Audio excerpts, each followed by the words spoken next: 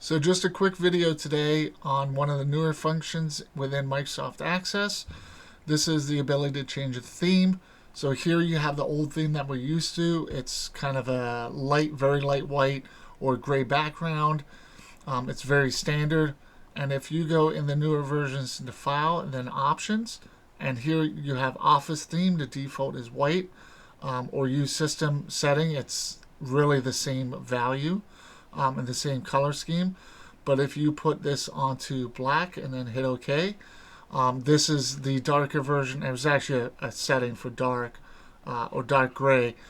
So these are kind of the newer themes that are available within Microsoft Access, so that you could have different values and different themes that come up within your Microsoft Access database. So let me just take this back to black because that's a pretty popular color scheme these days with the different apps and stuff like that.